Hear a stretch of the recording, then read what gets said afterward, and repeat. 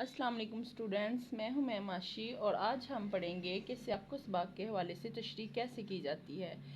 तो बहुत सारे स्टूडेंट्स ये कहते हैं कि मैम हमने ये किया था लेकिन हमारे मार्क्स बहुत कम आए हैं। तो बेटे इसका एक ख़ास मेथड है, अगर आप इस मेथड के हवाले से करेंगे तो इंशाल्लाह मुझे उम्मीद है कि आपके अच्छे मार्क्स आएंगे। तो सबसे पहले जो भी आपको पैराग्राफ दिया गया हो उसको आपने अच्छे से रीड आउट करना है और उसमें आपने फिर इसमें गेस करना है कि ये कौन से सबक से लिया गया है और इसका राइटर कौन सा है। तो उसके हवाले से आपने सबसे पहले हवाला मतन लिखना है, उसके बाद आपने लिखना है सबक का उन्वान। उस सबक का उन्वान आपने यहाँ पे लिख देना है और मुसन्निफ़ का नाम आपने यहाँ पे लिख देना है। उसके बाद जो भी आपको पैराग्राफ दिया गया होता है उसमें कुछ अंडरलाइन वर्ड्स होते हैं जिसमें आपने मुश्किल अल्फाज के मायने लिखने होते हैं, वो आप फिर यहाँ पे लिखेंगे हर लुगत में। उसमें आपने जो अल्फाज है वो यहाँ पे लिख लेने हैं, जो अंडरलाइन वर्ड्स आपको दिए जाते हैं और जो उनके मीनिंग हैं वो आपने यहाँ पे लिख लेने हैं। उसके बाद अगला जो हमारा स्टेप होगा वो होगा सियाक़-उस-सबाक़।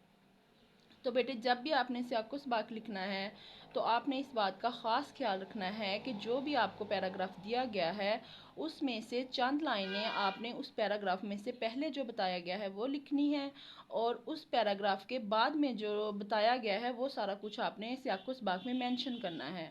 और आपने इस बात का ख़ास ख्याल रखना है कि आपका जो भी सियाक़-उस-सबाक़ होगा वो आपका सिर्फ 3 से या मैक्सिमम 4 लाइनों पर मुश्तमिल होगा और आपका सियाक़-उस-सबाक़ बहुत मुख्तसर मगर जामे अंदाज में होगा। मतलब आपने उसमें ख़ास बातें लिख देनी है उस पैराग्राफ में जो पहले बताई गई हैं और जो उस पैराग्राफ के बाद में बताई गई हैं। उसमें हमारा जो आखिरी स्टेप होगा वो होगा तशरीह। तशरीह में बेटे आपने ये ख्याल रखना है कि आपकी तशरीह कम से कम एक पूरे पेज की होनी चाहिए और मैक्सिमम आपकी तशरीह जो है वो तकरीबन 2 से ढाई पेजेस की होनी चाहिए। और तशरीह में आपने हर एक छोटे से छोटा पॉइंट भी आपने उसको तफसील से बताना है। आपने बताना है कि यहाँ पे क्या हुआ था और छोटे से छोटा पॉइंट भी आपने उसकी तफसील बयान कर देनी है। अगर आप इस हवाले से अपनी सियाक़-उस-सबाक़ के हवाले से तशरीह इस मेथड से लिखेंगे तो इंशाल्लाह मुझे उम्मीद है कि आपके बहुत अच्छे नंबर्स आ सकते हैं।